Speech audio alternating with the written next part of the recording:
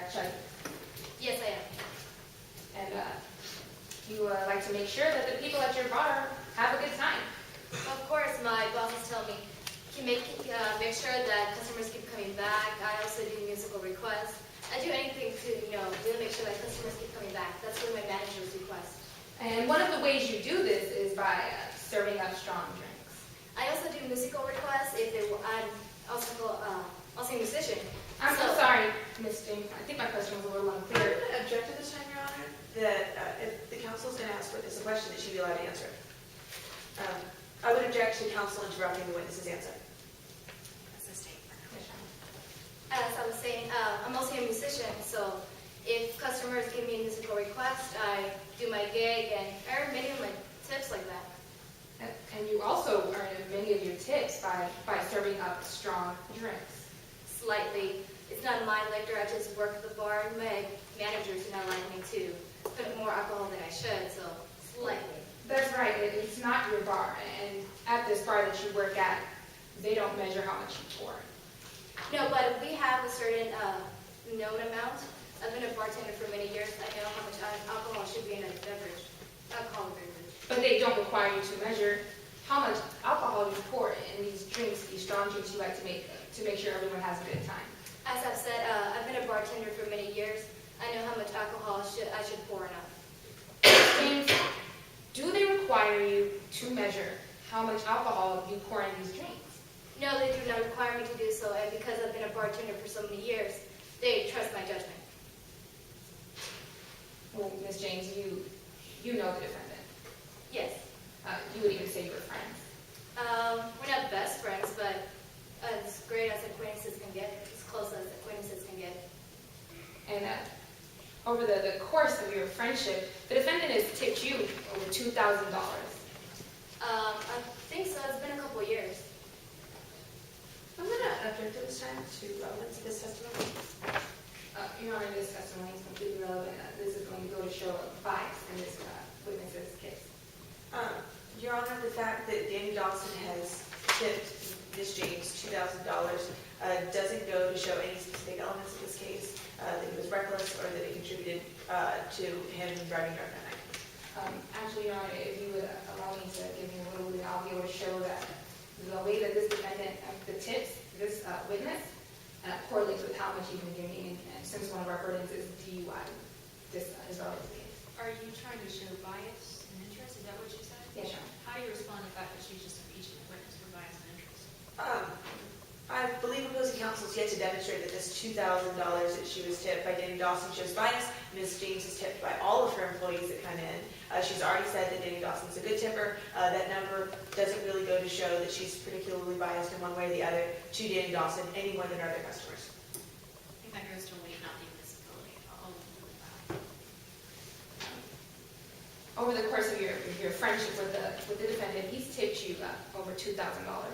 It's been a couple of years, so yes, probably.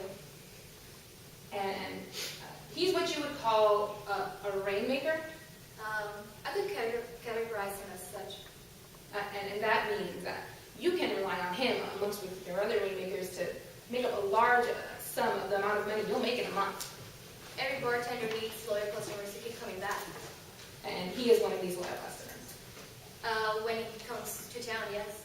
Now, Ms. James, you'd like to see the defendant in your bar again. I would like to see as many customers as possible back in the bar. That's how I make a living. Ms. James, you would like to see particularly the defendant in your bar again. If he's tipping me well, yes. And if he ends up in jail, well, he can't come back to your bar and tip you well. I'm going to object this time, Your Honor, to that question being improper. It's asking Ms. James, first of all, to speculate that if Danny was in jail, that he couldn't come back to the bar. And then second of all, it goes beyond the line of showing the bias of the witness. We've had many questions so far showing the bias of the witness. This question is just unduly prejudicial. So I just want to understand your objection. It's speculative? First speculative, Your Honor, is asking the witness to speculate whether Danny Dawson can return to her bar if he's in jail. And then second of all, I think that it's prejudicial. More prejudicial than it is probative at this point. Okay. Response? Your Honor, in response to speculation, this is rationally based on this witness's perception. If someone is in jail, they can't return to her bar, they're confined. As for my opposing counsel, other objection, this is entirely relevant. Like I said, I was going to show bias towards the defendant, and I've done that. I think you have shown bias, so I'm going to sustain it. If the defendant is put in jail for today's trial, he can't come back to your bar and tip you well. I'm going to object. I'm sorry, maybe we were clear. I sustained her objection. Oh, okay. It's okay. Now, Ms. James, I'd like to talk to you about the night of the crash. You were the bartender working that night. Yes, I said before I was a bartender at Chubby's the night of September 24th. And during that night, you gave the defendant complimentary drinks. I think so. Ms. James, during the night, you did give the defendant complimentary drinks. I think so. Ms. James, has it always been your testimony that you only think you gave the defendant complimentary drinks? I vaguely remember, but I guess I probably did. I think so. So you can't remember if you gave the defendant complimentary drinks? I probably did. Well, how can you remember how the defendant was acting that night if you can't remember whether or not you gave the defendant free drinks? I remember how he was acting because I interacted with them. I don't usually I don't count the number of drinks I serve. So the number of drinks you served to the defendant is irrelevant. Is that what you're saying? The number of drinks you served I'm to going the to object to defendant that question, calling for the witness to speculate as to the relevance of a fact in today's trial. Your Honor, the witness herself is saying what she finds to be important and not important. I'm just asking her to ensure her testimony. If it's limited to what this witness thinks is important, and not to the whole commission of trial.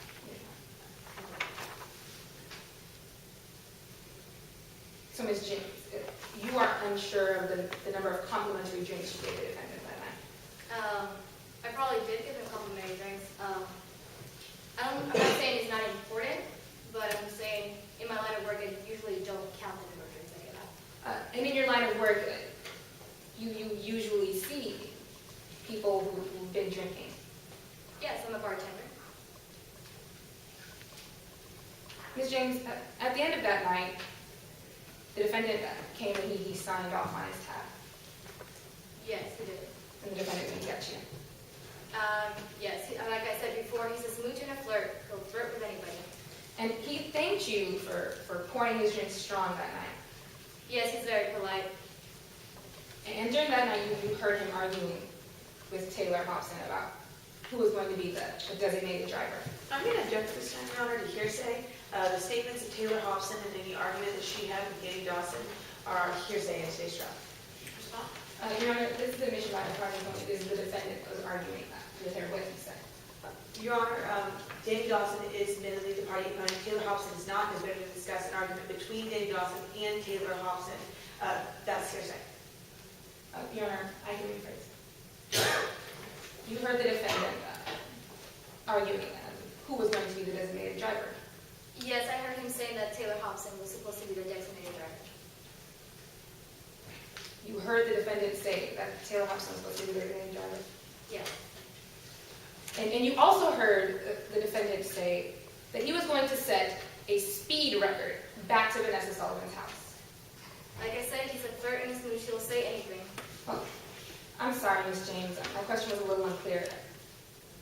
You also heard the defendant say that night that he was going to set a speed record back to Vanessa Sullivan's house. Yes, like I said, he's a smooch and a flirt. He'll say anything. And one of the many things he said was that he would set this speed record back to Vanessa Sullivan's house. I believe I answered your question. Yes, he's a smooch and a flirt. He'll say anything. Pass the witness. I'm going to redirect, Your Honor. We ask that this witness be allowed to step down.